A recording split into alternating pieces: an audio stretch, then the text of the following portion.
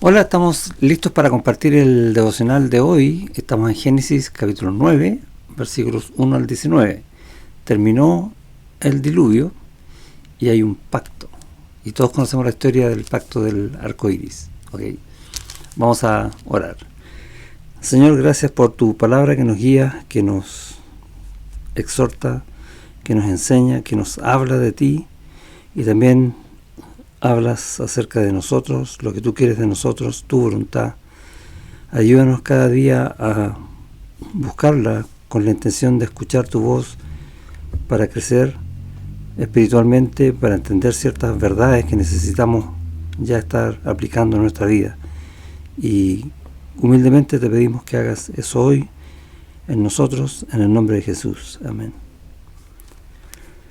Comienza el capítulo 9, dice: bendijo Dios a Noé, y empieza bonito, una bendición del Señor, algo que viene de Dios hacia el hombre, en este caso en la persona Noé, pero vamos a ver que en el pacto es también a todos sus descendientes, o sea, a nosotros, ¿ok? Dice: bendijo Dios a Noé y a sus hijos, y les dijo: fructificad y multiplicaos y llenad la tierra. Y en ese versículo vemos una reiteración de lo que dijo Dios al principio cuando creó al hombre. O sea, el plan de Dios no ha cambiado. Y de alguna manera quiere que el hombre lo represente en la tierra, en el gobierno de la tierra o en el gobierno del universo, si quieres, de parte de Dios. Entonces es una responsabilidad que tenemos nosotros para hacer las cosas de parte de Dios a la manera de Dios. Pero hay un problema, ¿no? No estamos en el capítulo 1, estamos en el capítulo 9. ¿Cuál es la diferencia? El pecado. Y lo vemos rápidamente en el versículo 2. El temor y el miedo de vosotros estarán sobre todo animal de la tierra y sobre toda ave de los cielos, en todo lo que se mueva sobre la tierra, y en todos los peces del mar en vuestra mano son entregados. ¿Y qué significa eso? Que va a haber una relación de subordinación del reino animal hacia el hombre. ¿Por qué? Porque solo el hombre, y tenemos que recordar eso, y lo va a decir acá también, fue creado a imagen y semejanza de Dios, ninguna otra especie. Todas las demás especies sirven al hombre. Entonces, por ejemplo, tenemos ahí un texto que habla en contra de las tendencias actuales animalistas, por ejemplo, ¿sí? Que consideran las mascotas parte de la familia. Las mascotas son mascotas, uno las puede querer muchísimo, pero siguen siendo eso. Nunca son familia, ¿sí? Las familias son los hijos, como lo expresa acá. 3. Todo lo que se mueve y vive os será para mantenimiento, así como las legumbres y plantas verdes, os lo he dado todo. Y básicamente está diciendo que a la dieta anterior, que era vegetariana, le agrega carne. ¿Ok? Bueno, en el fondo, todo. Pero carne con su vida, que es su sangre, no comeréis. Y lo que está diciendo acá es que la sangre, no solo del hombre, sino del animal, Dios la considera vida, va a ser el sinónimo. La vida es la sangre, ¿sí? Por lo tanto, no vas a comer sangre porque la vida es de Dios, no es tuya. Y eso lo va nuevamente a ratificar en lo que dice el versículo 6, por ejemplo. El que derramare sangre de hombre, por el hombre su sangre será derramada, porque imagen de Dios es hecho el hombre. Y ahí está la imagen de Dios. Entonces tenemos esa prohibición. Mas vosotros fructificad y multiplicaos, procread abundantemente en la tierra y multiplicaos en ella. Nuevamente el mandato inicial que se le dio al hombre. Y habló Dios a Noé y a sus hijos diciendo: he aquí que yo establezco mi pacto con vosotros y con vuestros descendientes después de vosotros. Y ahí estamos nosotros, ¿sí? Y con todo ser viviente que esté con vosotros, aves, animales y toda bestia de la tierra que está con vosotros, desde todos los que salieron del arca hasta todo animal de la tierra. En el fondo es, Dios dice: yo soy el soberano, yo voy a hacer este pacto lo hago yo, es incondicional, depende absolutamente de mí, ¿ya? Estableceré mi pacto con vosotros y no exterminaré ya más toda carne con aguas del diluvio, ni habrá más diluvio para destruir la tierra. Y dijo Dios, esta es la señal del pacto. Y es la primera vez que tenemos entonces un pacto que en las Escrituras, cuya señal es que yo establezco entre mí y vosotros y todo ser viviente que está con vosotros por siglos perpetuos, mi arco he puesto en las nubes, el cual será por señal del pacto entre mí y la tierra. Y tenemos entonces el arco iris. Esa es la señal, ese no es el pacto, ¿sí? ¿Cuál es el pacto? Que no va a exterminar al hombre de la tierra, que Él estableció vida y la va a mantener para siempre. Y detrás de esto, aunque el texto no lo dice, está oculto en un sentido, la redención en Cristo, ¿sí?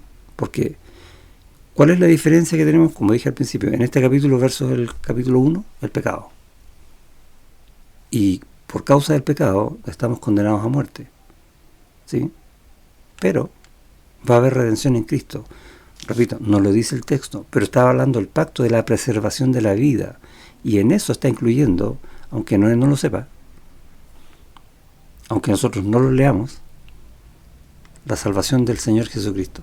Y el pacto es tremendo, ¿sí? Y se va a ratificar de otras formas, por ejemplo, en Abraham, el pacto en Abraham, etcétera, más adelante, el mismo pacto en David. Ahora, ¿qué es lo interesante? Yo pensaba en este texto como a modo devocional, el tema del pecado, cómo el pecado ha dañado nuestra relación con Dios. Eso es un aspecto en el que Dios, en su misericordia, reparte gracia. Y es increíble. Porque ahora, habiendo muerte, y aquí dice el versículo 2, temor y miedo, por causa del pecado, Dios establece, ¿sí?, un orden para que el hombre pueda vivir de aquí en adelante. Y eso no va a depender del hombre, aunque el hombre, en el mundo hoy día, todo el mundo piensa que depende del hombre. No depende del hombre, depende de la gracia de Dios. Él lo ha establecido de esa manera y Él lo sustenta de esa manera también. Por ejemplo, mucho se habla hoy día de que hay que cuidar las cosas, el agua que se va a acabar, o el clima, o cómo nosotros construimos cosas que dañan el planeta, etcétera. Bueno, Dios ha establecido un tiempo en que este mundo se va a acabar. Y ese tiempo que Dios ha establecido no lo va a cambiar nadie, porque Dios es el que lo estableció, Él es el soberano. Y no importa, voy a decir una manera súper simple para que se entienda, cuánta mugre nosotros le echemos al planeta, o cuánto, al revés, cuidemos de la mugre al planeta, la fecha que Dios dispuso no va a cambiar. Ya tenemos que tener eso claro. ¿Por qué? Porque lo que sustenta todo, a pesar del pecado del hombre, o a pesar de la mugre que le echamos al planeta, como quieras verlo, es la gracia de Dios. Eso es lo que está obrando. Entonces, ese es el primer aspecto que veo yo en este devocional. Cuánta gracia de Dios para hacernos vivir en un mundo a pesar del pecado. Y de hecho, un mundo donde el hombre ya perdió el gobierno, está gobernado por Satanás, por el mal. Aún así, la gracia de Dios nos sustenta. Es tremendo. El poder de eso es inimaginable. Y ahora, el segundo aspecto es como más local, si se quiere. Cuando habla del no matar a otro. El que derramare sangre de hombre, por el hombre su sangre será derramada. ¿Por qué? Y ahí está la importancia. A imagen de Dios es hecho el hombre. Y la idea acá es, el pecado corrompe los deseos del hombre. Somos egoístas, somos orgullosos. Y vamos a mirar en menos al otro.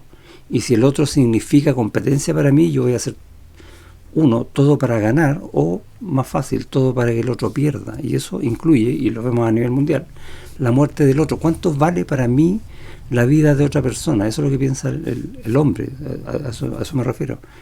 Bueno, vale lo que yo necesito para seguir adelante. Y lo puedo medir de esa manera, no yo, la humanidad, eso es lo que estoy diciendo yo. Y Dios está diciendo, no es así. Y vamos a ver más adelante que el mismo Señor Jesucristo va a decir, que nos fue dicho no matarás, pero yo os digo que ni siquiera vas a tratar de tonto a la otra persona, de fatuo, dice textualmente, porque ya lo has matado en tu corazón. Wow. Y está hablando justamente de esto. Es la gracia de Dios la que preserva la vida del hombre, pero la que preserva la vida de los hombres para cuidarse en el mandamiento mayor, de amarse los unos a los otros. Y eso, y aquí lo quiero llevar a un terreno local, a la iglesia. Tenemos que amarnos de tal manera que yo no debería menospreciar nunca a nadie. Y yo puedo decir, bueno, yo no menosprecio a nadie, pero la forma de menospreciarla es la que dije al principio.